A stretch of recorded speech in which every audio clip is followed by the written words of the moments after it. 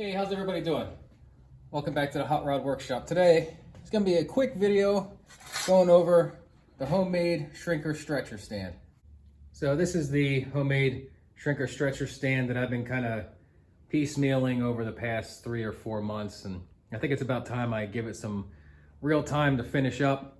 Just a few things left to iron out, and it should be okay. It's working fine right now, but got to add some adjustable feet on the bottom because of course the shop floor is a bit of a mess. And just kind of tighten up on the adjustments, throw some cotter pins in, may adjust the spring, and then be ready for service. All right, so we're setting up our brackets for our adjustable feet.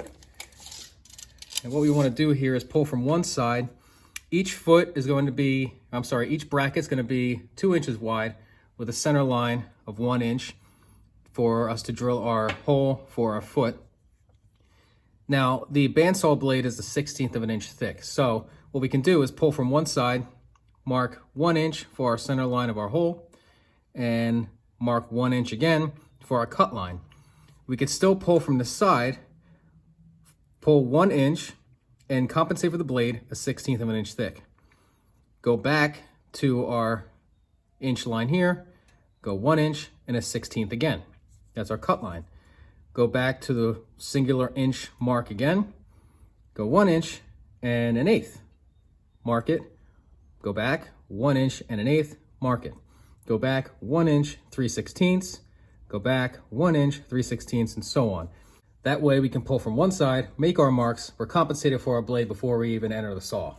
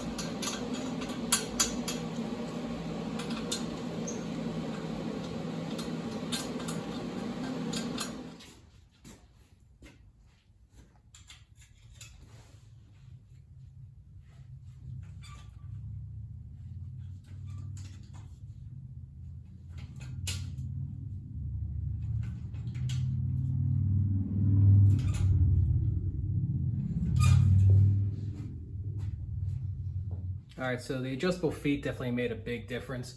I'm able to put this anywhere in the shop and adjust the feet where necessary. So the thing isn't all over the place when I go to shrink and stretch. It's a pretty simple design. The connection between the foot pedal and the top is just some stuff I had laying around. That's from a Model A, like the brake assembly. And I believe this is from like a low car handbrake assembly, but it's just like a Heim. You can get them anywhere. I wanted this particular design primarily because I wanted to be able to put it up against the wall and not necessarily have to pull it away from the wall to use it.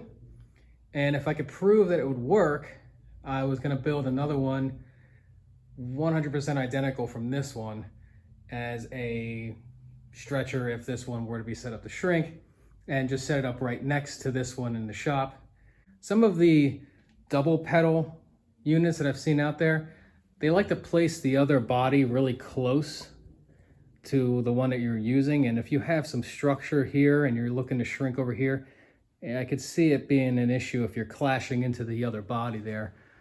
But right now it's okay to swap the dies for when I need to shrink and stretch or whatever. But if I can prove this concept works, I'll build another one, set it up right next to it. The spring in the rear, I believe it's like a rear seat spring from a Volvo. Not that that matters. It just seems to work for what I had going on here. And if I need something a little stronger, I can always order something from McMaster Car.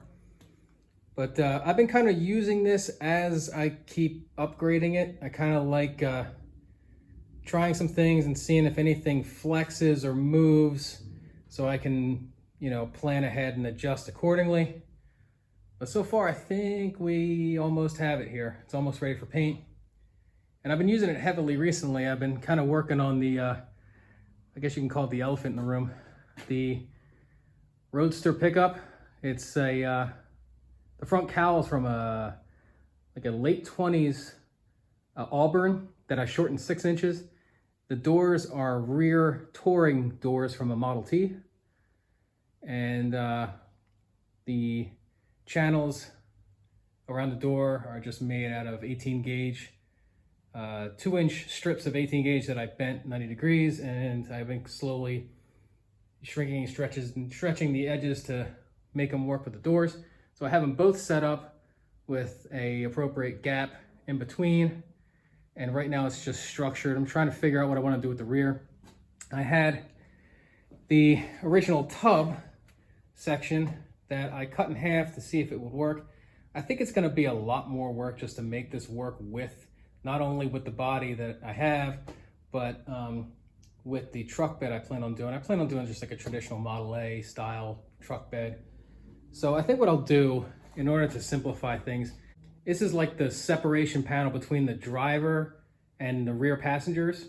And it's got the same bead as the doors, and it's got interesting shape, but this one's obviously, clapped out. So I'm gonna have to get a replacement panel for this. I thought about making one, but I can get this for right over like $150. And with the price of steel these days, I mean, that's pretty close to raw material price for that size, and to get it shipped here, of course. So it kind of makes sense to just buy it as an assembly and see if I can make it work with the body. So yeah, this project has been kind of pushing me towards using this machine a lot more often. So I got to start getting serious about it and finishing it up so I can move on to bigger, better things, So yeah, if you want to go turbo cheap like me, build machines to build cars. Thanks for watching.